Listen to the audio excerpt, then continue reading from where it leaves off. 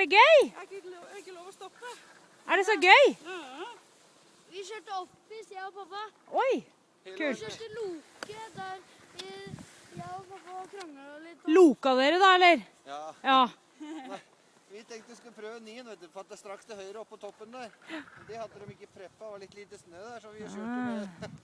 Vi kjørte helt opp i. Så ikke skia mine gjør, så du. Ja, jeg kjørte rett imellom. Ikke noe. Kjørte bare skia. Kjører videre?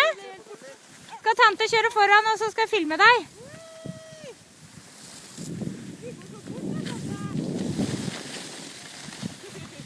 Woohoo!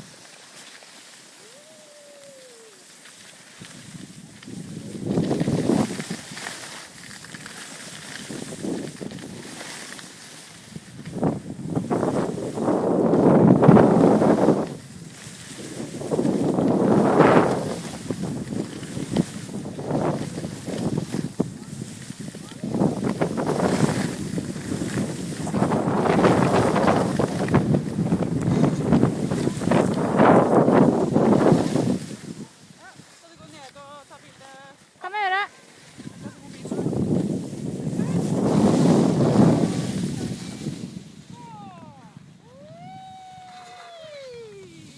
Bra!